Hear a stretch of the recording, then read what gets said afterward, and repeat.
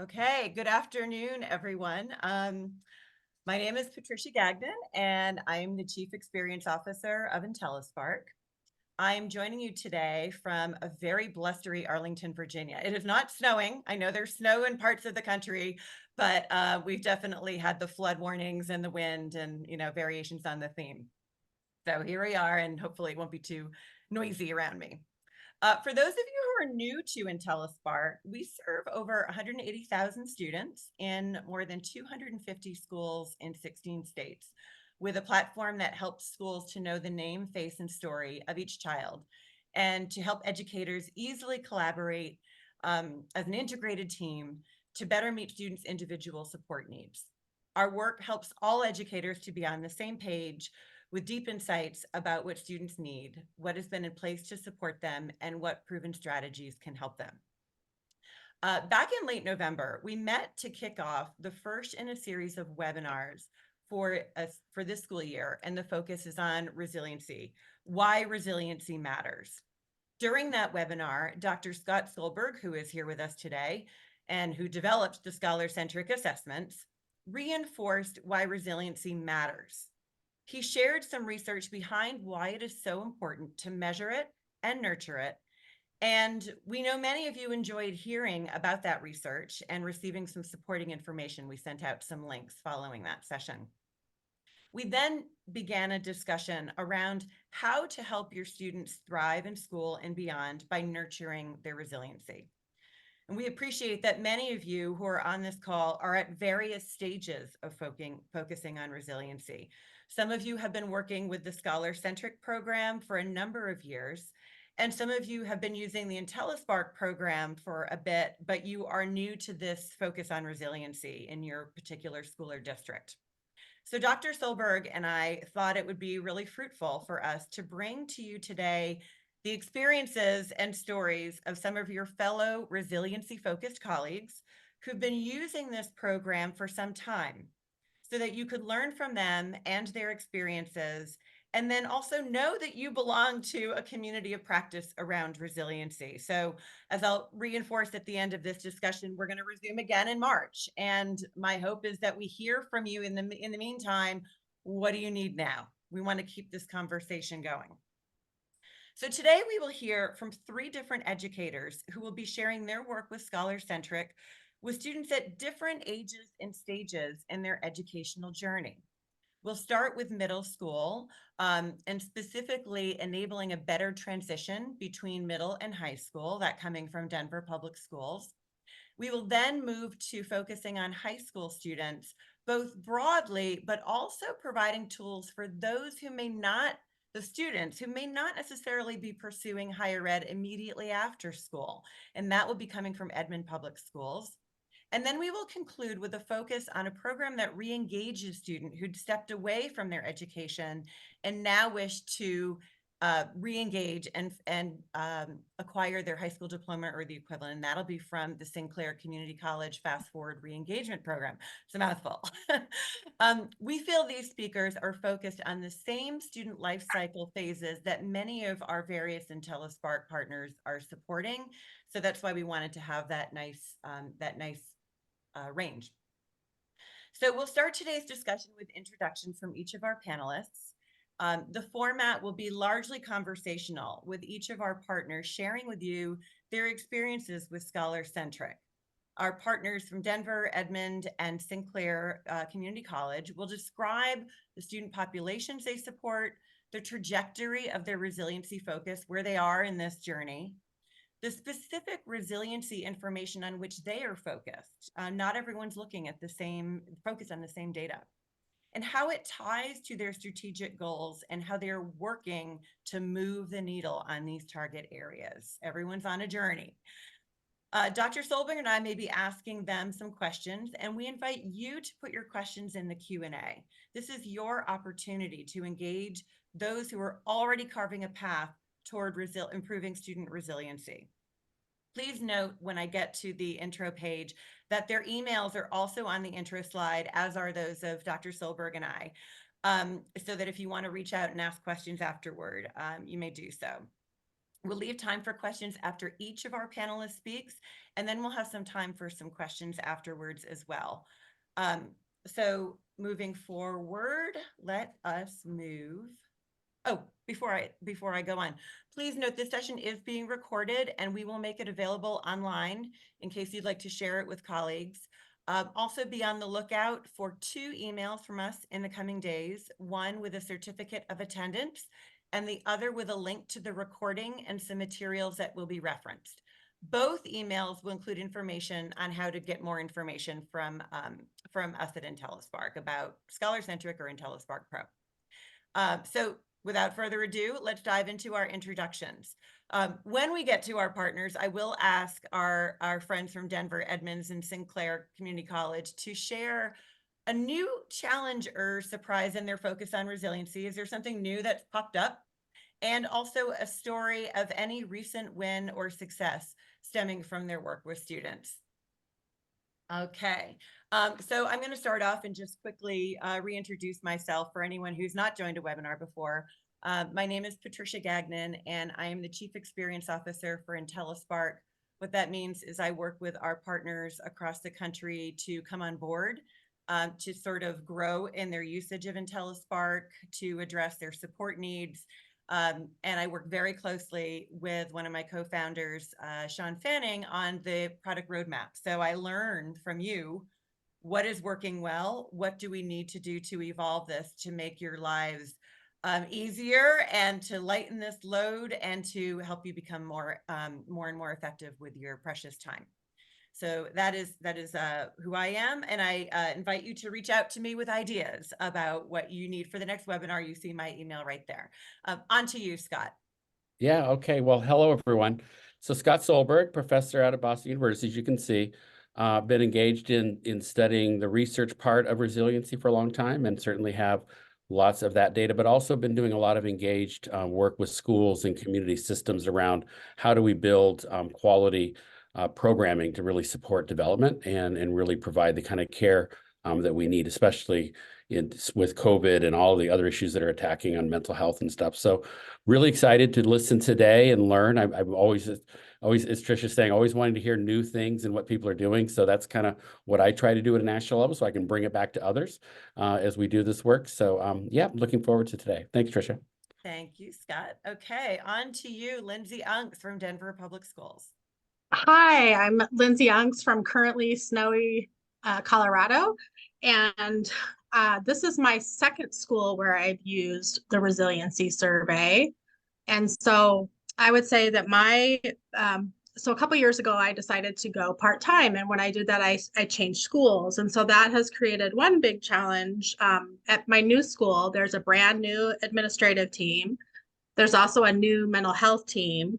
And then, of course, me being part-time. So just people who are not only, new to the district, but new to the profession. Whereas at my last school, people were very familiar with the survey. They were, it ran very smoothly. So I would say, but the big win, though, is our district does have a big focus on the whole child. That's one of our goals, is the social emotional piece. And the resiliency survey provides us a concrete way to share data and strategies with administration and staff to help best support our student needs. Thank you. And Lindsay, do you have a particular kind of a big win or a big success that you've had of late in Yeah, I would say my big win is last year just being able to explain to our administrative team what this is, how it can be used, and how to help our students, because they were completely unfamiliar with it. So then after I explaining it to them, then they are supportive of that process.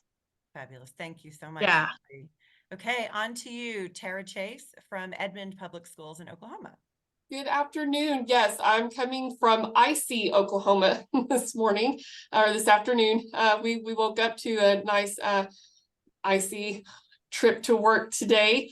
But yes, I'm very excited to share with you what we're doing at the high school level with my school. I work primarily with freshmen, but we administer the middle and high school scholar-centric survey to our entire student body. And we dove into some of the questions that came back showing low responses on the comfort level or like self-esteem level of and being able to go in and interview well as make choices for how to apply for a job, looking for employers, who we would want to connect with, those kinds of things. And so we took those individual questions and got down into the data with much help from you guys. Thank you very much. To find that group of students among our juniors and seniors who are going to be heading out into the workforce here very shortly in a few months with graduation and things like that, and how we can help them prepare for that. And this is in an effort to build on our ASCA goal from last year, which was increasing knowledge of post-high school opportunities outside of college. So looking at vocation, gap year, military, school to work programs, things like that. To once we have that in place with our students, and we've continued that this year, we want to build on that piece of making them feel more confident in their ability to step out and achieve that post-secondary goal that they're wanting. This is fabulous, Tara. Thank you. We look forward to unpacking this with you in a moment. Great. Okay. And on to you, Sue, from Sinclair Community College. Good afternoon, everybody. I'm coming from Dayton, Ohio, the rainy location of the United States right now. We woke up to torrential downpours and we were expected to have rain through the entire day. So I guess it's better than snow. I come from Fast Forward Re-Engagement Center. It is a Montgomery County funded program that is embedded at Sinclair College. It has been since 2001, we've been working to re-engage students who have stopped out or dropped out. Our mission is to reconnect students so that the graduation rate is increased and the dropout rate is reduced here in Montgomery County. We work with specifically alternative schools. And with that, we bring the scholar-centric assessment to assess their skills, specifically focusing on the ARI, all of the skills that we're focusing on, but ARI is really the thing that we want to push the needle and change that academic risk index. So I wish I could say ditto on everything that Lindsay and Tara said, because we worked with that population of students that have, again, lost their way and are trying to re-engage. And then we feel that we don't limit ourselves to just that high school age. We are working with students who are above the 22 age group, and that's started to become more of a norm since after COVID. Mm-hmm. It's helpful to hear the lay of the land there. Thank you, Sue, very much. Mm-hmm. Okay, so I'm going to move on and we're going to come back to Lindsay with Denver Public Schools and the Florida Pitt Middle School. All right. So as you can see, the district that we have is quite large and ever increasing. And so I kind of put just the demographic basic breakdown overall of the school district. And then in terms of race, ethnicity, male, female, free and reduced lunch, as well as we have a significant population of English language learners.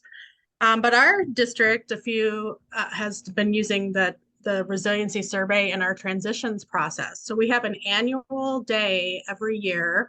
It has now become a virtual day. It used to be an in-person day, where all the 8th grade school counselors meet with the high school counseling teams.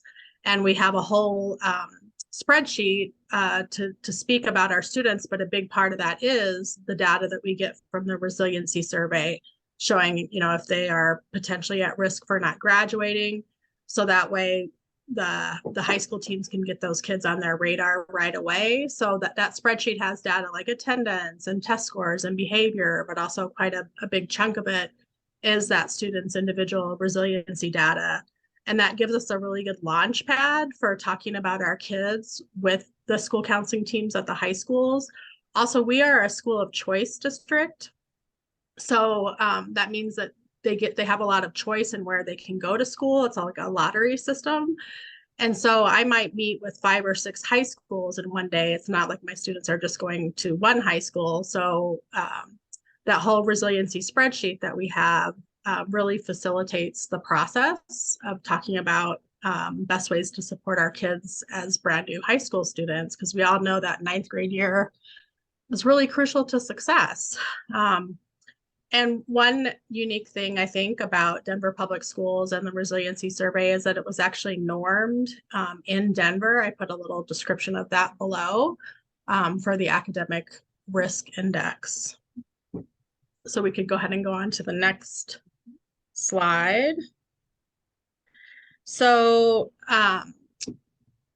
so my school is, again, in Denver Public Schools. It's kind of near Denver International Airport. If you've ever been there, it's the furthest east Denver Public School. And we have a preschool through 8th grade population. And I work primarily with the middle school students. And again, our 8th grade students take this test annually. So it's very international, very multilingual population. We have students from all over the world. It's Title I with more than 75% qualifying for free and reduced lunch. Also, since we are so near the airport, this year we have a significant population of students from Guam who have just moved here. Apparently United Airlines did a recruitment in Guam. So that's another unique thing about our school within the district. So every year it's an expectation that all the 8th grade counseling programs will do this resiliency survey between November and February as part of our school counseling programs.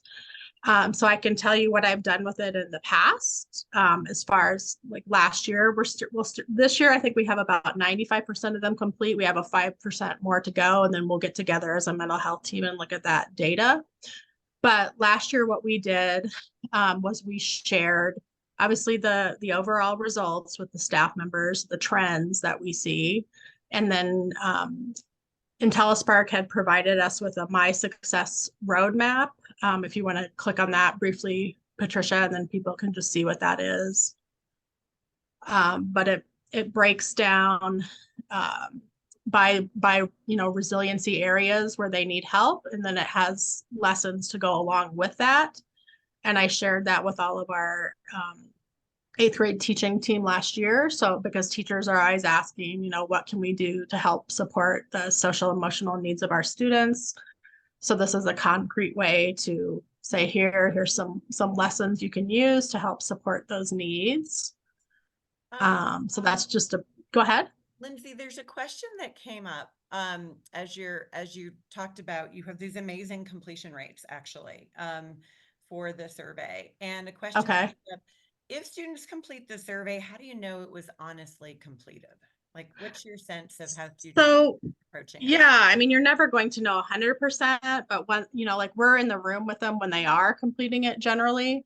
And if it's a makeup situation, they're with us there one-on-one. But sometimes, a teacher might say, hey, I noticed that the student was just clicking through. And, sometimes that does happen. We can't prevent all of them. We have some other social emotional screeners we use as well. And then like I said, we also look at attendance and behavior and all that kind of data.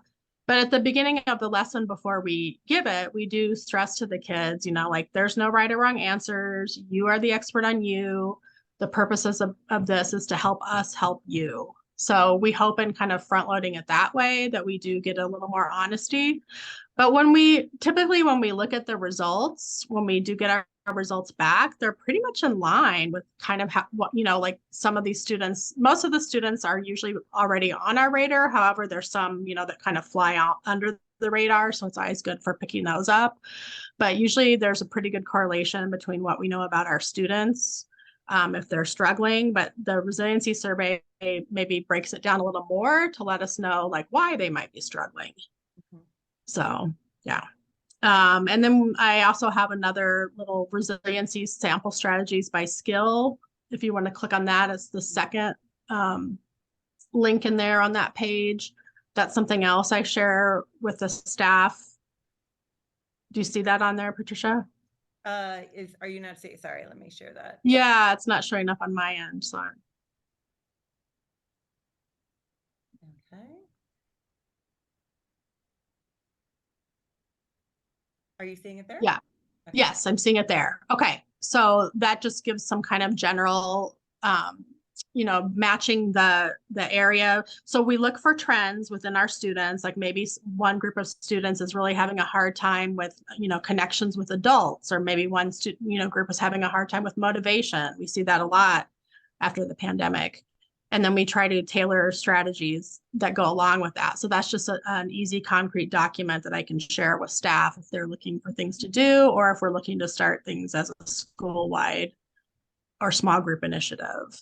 Mhm. So I think that'll be shared with you after this. Yes, we will definitely Yeah. be sharing this. And I had a question for you, Lindsay. When it comes to the high school, I mean, I love how concrete this is, because it really does, and as Scott's research has indicated, if you target these areas, you really can move the needle. And so are these shared with your high schools in Denver? Like, I know that there's usually a training for the high school administrators. I think the district does that. Do they use any of these resources as well? Do you know? That's a good question. That's something that we haven't done, but I think that's a great idea, that we could definitely share, when we're meeting with the high school counselors, we can say this was one of the trends in our building. Mhm. Here's something that can help address that. But no, we haven't tried that in the past, but I can write that down definitely as an idea. Mhm. Uh, The great all job. right. And like, as I mentioned, I'm at a new school, and we actually, we can look real here. I was at a school called Merrill Middle School just prior to being at Florida Pitt Waller, and it was a straight 6th, 7th, 8th grade middle school. And we had a very experienced mental health team who was familiar with the resiliency survey. As I mentioned, like the school counselors are kind of leading it. However, we also had a social worker, psychologist. We all worked very well together. And we noticed in one of the groups that they needed an education intervention. And so that particular year, all our kids had advisement every day. It was part of a district initiative during the pandemic to make sure that each child could connect within a small group. So we had small groups of 13 students, and valuing education, academic confidence, and intrinsic motivation were those areas that showed up as a trend within the educational umbrella. And so we really pushed the post-secondary strategies. I mean, we normally do as school counselors post-secondary strategies, but we really pushed to make sure that we had something in every week that was some type of post-secondary, career, college awareness type of activity. And so I just put some quotes from kids, that showed, what a difference that made for them. And we would take the kids who were flagged on at risk of not graduating and gave that to the school psychologist and social worker. They were doing a pilot project. And so what they decided to do as an 8th grade team was those students who were at risk, they sent them all individual motivational notes on a regular basis. So the kids knew who those students were, and then they would just give them a little kind of feel good motivational note periodically to help hopefully increase their motivation. One year we noticed a health and wellness deficit. And so we had a great social work intern, and she did a health and wellness group with 8th grade females as a result of the data we got from the resiliency survey. We had that same group that year also had a hard time with peer-to-peer connections, and Kaiser Permanente was offering a free program. They have an educational, or at the time, I'm not sure if they're still doing it, had an educational program called Ghosted, which was about, teen relationships. So they did that with our whole 8th grade. And then we also, they had actors that broke the students out into small groups and did some social emotional work with them in those small groups. So those were some pretty concrete ways that we used the resiliency survey results when I was at my previous school. I can imagine, Lindsay, that some of these areas are even more are even more necessary today. I think especially what we're hearing from partners is the peer-to-peer connection and just how to engage socially. Students, that was definitely something that was impacted during the pandemic. And we're definitely hearing from our partners that there is a greater need to help just create more opportunities for kids Yeah. to practice their social skills, Yeah. in classes and just as part of everyday activities. So Yeah. I Many imagine students have had to right. relearn, learn or relearn. Yes. Mm-hmm. Hey, Lindsay, I had a couple follow-ups too. Really exciting, and want to thank you. Really like the whole child focus and how that provides context, right, for you to be able to bring the data in and showcase it, so it has some meaning in that. I would love to hear a little bit more about just the review you talked about. So you're bringing the middle school and the high school together. Can you just Yeah. what's that like? What is it? What's happening? If I had a camera and I'm watching you, what am I seeing? Yeah. So they at the beginning of the year, they have us reserve that date. It's usually about the third week in April. And they for sure want the school counselors there. Sometimes there might be administrators there. If we have maybe a particular teacher that's really clued into the social emotional, they might attend as well. But as I mentioned, it's virtual.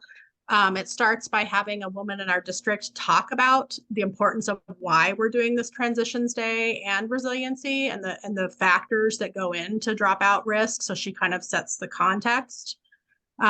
So she meets with all the counselors in the district virtually to set that context. And then we have a schedule, that says like when we're going to meet with each school to talk about our different students. So we have the spreadsheet, with the schools where the students we have that school choice process. So we'll list like where the students have been accepted. And so with one school, we might meet about, 20 students. With another school, we might meet about, 100 students. It just depends, where the students are deciding to go. So those meetings also last for different time periods. But it's just a kind of time when we, brainstorm, socially, emotionally, how can we help these kids stay on track in ninth grade? And it's great. So you're giving basically to consulting. So those that have been Yeah. involved in this for a while are able to provide some pretty good ideas for those that may be new to the process and such. That's fantastic. Yeah. And there's a lot of things that we have on the spreadsheet, but sometimes there's things that maybe you don't necessarily want to put on a spreadsheet. So we always have those times where we know we're going to talk to each other and let each other know, like, hey, keep a lookout for this kid. You're going to want to connect with this child right away. And here's why. I also just one more thing and then move on, but I just want to comment how much I like the tiered supports and how they naturally emerge as you're working with the data and a project comes up, or in this case, a program is available and you say, oh, but we have that issue. So it's easy to then adopt and move forward because you all have a collective understanding of what your students need. That's fantastic. Yes. And I think staff is more on board too, because we can say, this is why we're, interrupting your classroom time, because here's a need that's going on that will actually help in the long run. That's great. To address. Yeah. Lindsay, Thanks. a question arose, and I think this is probably different in every school and district, approached differently. A question was, do the individual results for a student get shared with the parents at your school? I know in some cases it is, in some cases it isn't. With our typically we don't, unless a parent requests it, or maybe it is a student that's really struggling and we can say like, yeah, so it's very case by case basis. Yeah. And for anyone who is not familiar with what the report looks like, in addition to providing sort of school level and group level and district level reporting on how your students are doing on resiliency and the sub skills, there is an individual student report. And in some schools, they actually hand that report to students and they say, all right, like, here's an opportunity to look at why you're feeling the way you are and how to move it. And in some cases it's shared with parents. It really varies depending upon the program. Yeah, and there has been sometimes too, like students where we know maybe they're also receiving private therapy, and we tell the parent like this is a great resource to bring along with you to share with the therapist. Yeah, no, it's really rich information. Are there any other questions for Lindsay? Lindsay, there's, again, we could probably listen to you all afternoon and hear about how this is playing out. And we can come back if people have other questions after we've heard from Okay. each of our panelists. But if there are no further questions in the Q&A or the chat, then I am going to move us on. Lindsay, thank you so You're much welcome. for everything Yeah. that you are doing. Okay, so we're going to move on to North High School from Edmond Public Schools, and Tara Chase will be speaking. Hi, so we assigned our students the college and career readiness through Scholar-Centric, and in digging through our responses to that, we came across the questions about how confident do you feel in identifying and examining your personal skills and abilities, and kind of took that into consideration in the framework of how do you feel about going and presenting yourself to your peers, to your teachers, in applying for jobs and college and things like that, interviews. How do you feel about your ability to go in and do that? And then we also looked alongside, how confident do you feel about what requires a job interview, and do you understand what a job environment, what it means when if you were to ask, like, do you think this is a good fit for you? Why would you be a good fit for us? And how to answer those kinds of questions.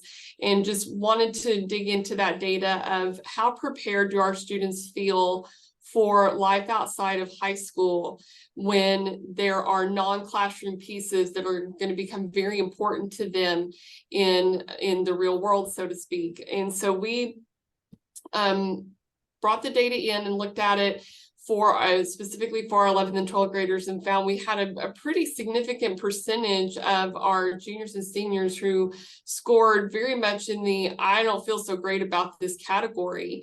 And so as an office, our administrators and my upper grade level counselor sat down and said, you know, this is something that needs to be investigated. We have we're a large 6-day high school, and so we have over 1,000 students in our 11th and 12th grades combined, and so we have a pretty significant portion that's either getting ready to exit high school and go into the real world, or they're coming into that senior year where they're going to start going on those scholarship interviews, college interviews.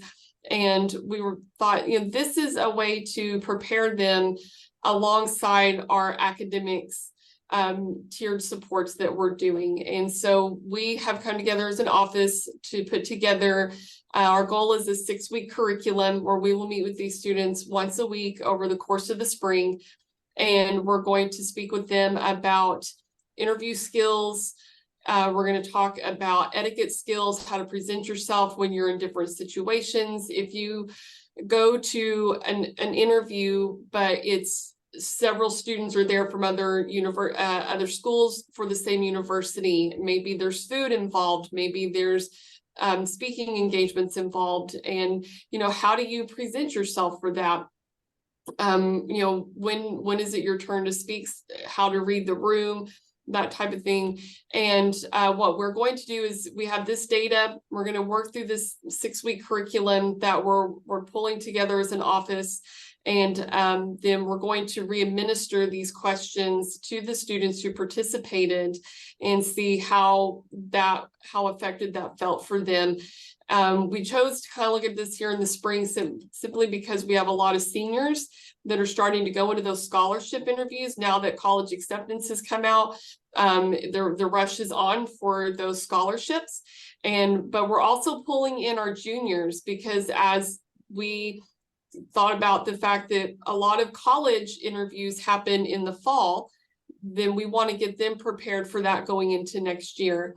The goal of this being that as our rising juniors become seniors, then we can bring in the sophomores for what will be their junior year, and hopefully make this a school-wide program, so that we can add to that initial 6-week where we can break it up across our entire 4 grade levels. Mm-hmm. Tara, I'm not sure if you mentioned this, but during what class or period are students the ones that are participating, when are they experiencing this curriculum? 'Cause if So they're- this will be for targeted to our juniors and seniors, and it is going to be this semester. We're going to start here in January, and we're going to work with them across the spring. And I'm sorry, did I not understand your question? I'm just wondering during the day, like, did they have an advisory period? Which Yes, we do. I'm sorry, I misunderstood your question. Yes, so we have a 20-minute advisory day built into our school day. And so we'll be administering it there.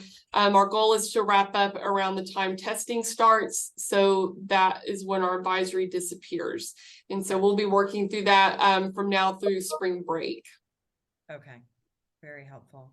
Yeah, I just wanted to jump in. This sounds really exciting. I think, we talk about today, the framing we're using is branding, right? What is your personal brand? Exactly. And it is definitely a critical issue that all students need. And they're even graduating from college saying, I don't have any skills. I don't know anything about myself, right? When obviously they do, but they don't see the connection. And then the other thing you said is, how are you going to communicate that to a potential employer or to, the scholarship? So that ability to practice is huge. And the other thing you talked about, which is such a missing link, is how do you do those social events, right? What's the etiquette? How do we practice that? And one of the things, and I'm sure you've got this, but we were seeing a lot of high schools, libraries around the country are starting to provide nice clothing that can be checked out to be able to go to those interviews. So it's really breaking it down to this is a key area that these youth don't understand, right? They've not had a chance to do this or see what that's like. And so really breaking it down there is really, really exciting. Thank you. We're really excited to offer this to our students simply because it's going to bring in our faculty during advisory. We'll have faculty that can come down and participate. We have community partners that we're reaching out to come in and do those interview experiences. So our students will be able to see our teachers, but they're also going to get that experience of sitting down in front of somebody they don't know and how to express themselves in an effective and meaningful way so that when they walk out of here, they do feel prepared to continue on pursuing their goals. Something you might want to just think about, I don't know if you've seen it already, maybe you have, but is practicing a reverse interview as a first step. So when those employers and community people come in, the students are ready to interview them. And what it creates is it takes the pressure off of what am I going to say about myself, and it just naturally evolves through the conversation. That is a great tool. I hadn't thought of that. Thank you for sharing that. One of the things that I always tell my students when they say, well, do you have any questions of us? I'm like, always have at least one question prepared. If nothing else other than what do you expect of me? If you hire me and I come in day one, what is your expectation of me? Have at least one question, but being able to engage in that question asking process, that is very key. So I'm going to put that on the radar. Thank you for sharing that. Yeah, it's been especially effective for youth with disabilities. It's a really powerful way for them to just become comfortable and to see the assets. It's been everyone who's done it, I've just heard only wonderful things about it. So that is an excellent suggestion. I look forward to using that with my students. All right. There is a question, Tara, and I think as you're thinking about this question, I would think about it not only in terms of the CCR, which you're now using, the College and Career Readiness Assessment from Scholar Centric, but also the Resiliency assessment. And Scott, potentially you could speak to this too. The question is, I'm a career counselor at a CTE high school for juniors and seniors. How can I implement this program at our school? Are there resources you can recommend? And I guess when we speak to this, I would think about it as the resiliency assessment. How can we use that as well as the CCR? So I don't know who wants to take that one first.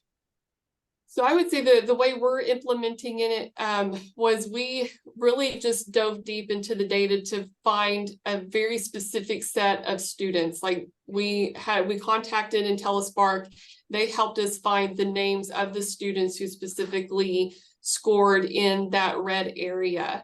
And the way we're implementing it is we're going to call them in. We're going to ask them about their answers and what are their concerns. What is it going on with them that prompted this answer from them? And then we're going to create the scenarios and interactions for them based on their specific concerns. What we're expecting largely are things like etiquette, how to present myself, how to generate that brand perception of who I am as a person, who I am as a candidate, who I am as an employee, and how to bring those together. So our implementation is hitting the ground running. Not to put too fine a point on it, but our goal is to listen to our students. They've given us a piece of data through their responses on this survey. And so our goal now is to speak with them individually, find out what their specific concerns are, and then build on that to bring them the experiences that are going to give them the support we hope they're looking for. Yeah. Yeah, I think that's all perfect, Tara. I think that's right on target as well. I think what I want to suggest with the CTE is that, as you know, in a CTE pathway, you are preparing them with certain technical skills that might be associated with a particular area of work. But we also know that these durable human skills are also quite critical, and in many cases, the leading indicator in terms of their ability to become employed. And so I think that's what you're getting at with the assessment, as Tara's describing, is an indication of where they are within those skills. And then it's making the match, it's helping them realize that, yes, this is a great pathway. Where are the durable skills? Where are these kind of emotional learning skills and resiliency that you need to be successful as you start to transition, so they can focus on that as part of their training. And I know Kansas has done a great job with this. Their State Department has a whole workforce readiness skills where they're assessing along the way through work-based learning and other things. Are they building these durable skills? But I think what's great, the CT is an excellent place to showcase this connection. Absolutely. I would absolutely agree with that. I worked for a year with our local career tech as a career advisor. And yeah, those students, it's really neat to see them build that individual skill, but sometimes they need a little support in how to go out and present it. And so, yeah, I think CTE would be a fantastic place to bring this along as well. And what I particularly love, Tara, is how you homed in on very specific questions. You know, there's a lot to unpack. There are a lot of questions in both the resiliency assessment and the college and career readiness. But I love how you say our students shared information with us and we're going to respond to them based on the needs that they shared. And I love that, because I think one of the things that we hear from our partners is when they go to their students and say, hey, I saw you shared the following. Sometimes they're even just amazed that someone's talking to them about what they shared. And so Right. I really love that you're engaging them about it and they know that what they shared is being acted upon. So kudos to you and your team. Yeah, I just want to throw out too, Tricia, that also encouraging you all, you don't have to figure out the right answer, right? Focus on the area that you feel as a school you're ready to tackle. These are all interrelated. When a student becomes confident that they actually have skills that are marketable in the world of work, that builds a sense of competence and a sense of purpose and a sense of hope, right? And that's going to help them start getting more motivated. That's going to help them lean in academically, which will build out that self-efficacy. So it's really start with the data you see, but also data that you feel like, here's something that's actionable for us within our context that we can work on, because it will help support the overall development of that individual. Fantastic. All right. Well, Tara, maybe you'll be back to present in May when you've had the results. I'll let you know how it goes. We'll put that on hold, but thank you so much and best of luck implementing this. I'm sure the students are going to feel pretty good about it afterwards. So thank you. Thank you. Okay, so we're going to move on. If there are other questions for Tara, we may have some time at the end for questions. If not, certainly feel free to email her or email me. Okay, so we're going to move on to Sue Phelps at the Sinclair Community College Fast Forward Re-Engagement Center. On to you, Sue. Thank you, Tricia. So Fast Forward Re-Engagement Center is unique in the way we use the assessment. We, again, are only working with alternative schools and community programming. We don't necessarily work directly with students. So how we show up our community and our partners is basically providing this resource. So our three areas that we focus on are the academic reengagement, the resources, and then the advocacy. And with the resiliency assessment, we kind of are able to hit on all three of those pillars that we serve. So our journey started in about 2021, where we're so fortunate to work with out of the box progressive thinking administrators looking to change the way their students lived, basically, because they were or were not showing up for school. There was a lot of barriers that were causing them to act the way they did, whether it was behavior, academically, or just even, not even showing up. So we had to focus on how we were going to show up for the school in general. So we basically started this journey with one single school.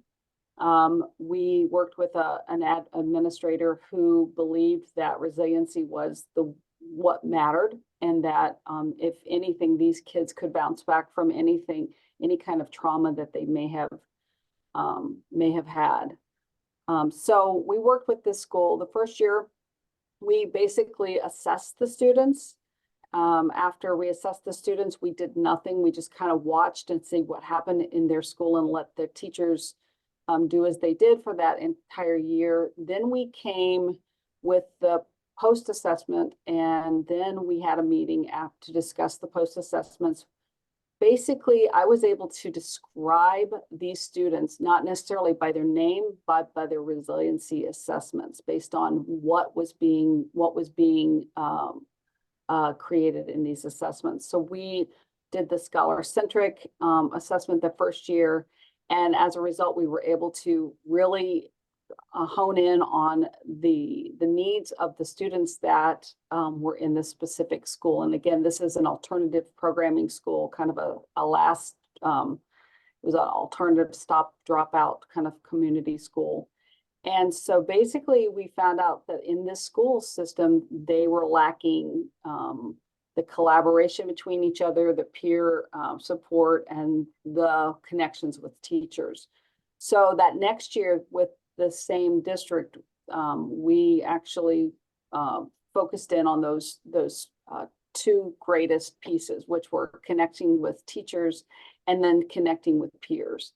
And we embedded the Intellispark programming curriculum and watched the school start from the beginning and work through the curriculum, providing the resources and the lessons to change and do some remediation work with the students. I guess you would say skill sets, those soft skill sets. And after that first year, we got remarkable changes in their resiliency. So we post-assessed them after 1 year of that remedial work, and increased that ARI from, I believe it was, for the first year, we went from, I think it was 48 down to 36%. So we actually changed the mindset of these students that first year. So we knew something was right about this. And then we connected with another school district that was doing the same, we provided the same opportunity to work with students, providing their assessments. And we saw even a greater increase in that ARI. That went from a 41 down to a 6. Wow. So we know that what we're doing is remarkable with the use of this assessment and the remedial, the curriculum that you provide. I'd never had a chance to say, we have many challenges and we have many wins. I would have to say that our biggest challenge for this work we do, because of the situation we sit in, is that it's really difficult to get post-assessment data. because of the fact that we are not in the classrooms, we're not in the space where we have control over that. It's very difficult for us to get the post-assessment data because we're at the whim of the school. Yeah. Things happen, things change, and it's not always the best. Mhm. But the wins again are the fact that we have been able to move the needle. We've been able to change the ARI. We've been able to increase those, I mean, with high improvements. We believe that if you can measure resiliency, you can change it. And so that's what we have done. We've seen anywhere from 50s or 50s, 60s, 50s through 80s and 90% for the ARI increase in those high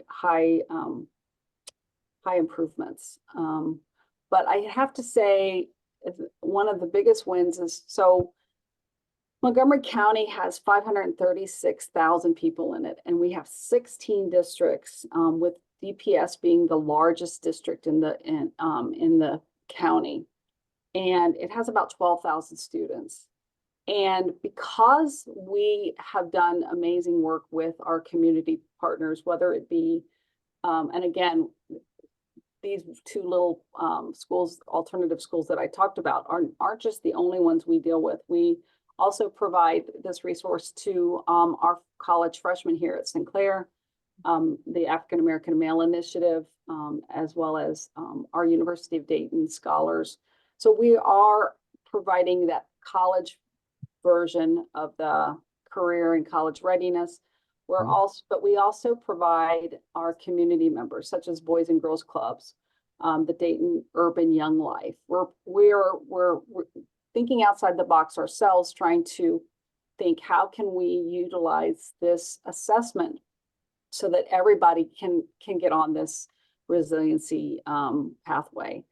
But I think the biggest win for us is because we have been working diligently with the alternative schools, we now have been taken along, and now we have gotten the attention of Dayton Public Schools with the idea that we're going to assess students in a pilot program. Right, we're currently focusing on a pilot program where we're taking middle school students, 30 middle school students and 30 high school students, and we are looking to change that ARI number, change those skill sets, those 21st century skill sets, of empathy and collaboration, and give them meaning and give them a common language to speak in regards to how they show up for themselves and at their schools. So we now are happy to say that we are involved with the largest district in Dayton, Montgomery County. But yeah, we feel that what we do is making a difference, and through our collaborative partnerships with both now traditional schools as well as those non-traditional schools and organizations, we're able to not only get students to graduate, but also find, the next step with, how they show up for themselves post-secondary. Fantastic. What I love is the fact that it's really building confidence among your staff as you're working on this, that you've got something that can have an effect. And that's got to be really helpful, I think, because that's one of the big challenges is when you have such a large population of at-risk kinds of indicators, can we move the needle? So really, really exciting to hear how you're all doing it. It's really, really powerful stuff. Thank you. And I think especially, Sue, to your point, like you don't control all the levers, which can be a challenge, and yet you're moving the needle despite that. And I think that shows like you obviously have to be very strategic about your points of engagement with your school partners and how you arm them to be successful with this information. And I'm sure you're constantly refining that, you and your team. And I know you are deep into the information, the data, and very thoughtful about it. So I'm sure that didn't just come randomly. I think that probably came with a lot of deliberate thought. And congratulations on that broader piece with Dayton Public Schools. That's incredibly exciting because again, this is, I think what I'm hearing from you all today is, again, it's really, this is relevant. These are relevant skills for students to develop at the middle school. We have an elementary scholar-centric piece. We've got the middle, the high school, and these older students. And these are lifelong skills that have applicability and layers of development that it's not one and done. We can always be on the trajectory to improving, and we can always have setbacks too. So how do we come back and keep building that muscle? Are there any questions for Sue about the work of the Fast Forward Re-Engagement Center? I know we definitely have other programs that work with dropout recovery partners. So just wanted to make sure you all have a chance to ask questions there. And I also want to thank you, Charles, for sharing your comment about this point that students should ask, what do you expect from me on my first day? And that, this is just really, he says, I'm an instructional coach. I will share that with my secondary teachers. I shared it with the owner of my weekend job, and it was a great question and one that should be asked. So a great way to start with what is a good question? It's always good to arm people with what are good questions to ask. Any other comments or questions? I know we're approaching the top of the hour, and I want to make sure that our audience has a chance to, let's see. Is the center, this is a question I believe for you, Sue, is the center grant funded or college supported? So we are county funded, Montgomery County funded. Sinclair College is the keeper of the funds. They are the person who we report to. Okay, thank you very much. Mm-hmm. All right, Scott, do you have any final thoughts before we move to our closing slide? Yeah, no, it was really exciting to hear all the different ways in which you're practicing and using the information, and really am excited as you're gaining confidence in this, how that's going to transform the system to really appreciate the value of what you're bringing. So really want to say thank you all for these tremendous efforts you're doing, and it's just exciting to listen and hear about. Yes, and I just love that it is a continuum and you all represent it. So it's a community effort. And so with that, I would like to, I think we're about at the top of the hour, which is just perfect. First, I'd like to thank you, Dr. Solberg, for joining us today and helping us further develop this community of practice around resiliency for our Intellispark partners. And of course, thank you for developing the scholar-centric solution and continuing to partner with us in bringing it to full effect with our colleagues in education. I'd also like to thank our panelists for sharing these experiences today, as I feel it is so important for us all to stand on the shoulders of the giants who are boldly moving forward. And as you said, Scott, we don't always have the answers, but we've got really good information to respond to. So thank you so much, everyone, for your willingness to share. And then I also want to thank our attendees for joining and for your commitment to learning more about this work so that you can help your students thrive, whether it's while they're in the K-12 experience or certainly as they're moving beyond that, which is certainly the ultimate goal, is to prepare them for life beyond their work with us. We do look forward to seeing you again in March and May when we will continue this conversation, continue to address your questions, and hear from our other community partners what strategies they are employing. And again, I invite you to email me, patricia.gagnon@intellispark.com, whenever it comes to mind for you to share, hey, Tricia, can you talk about this? Can you get Dr. Solberg to talk about this or any of your partners?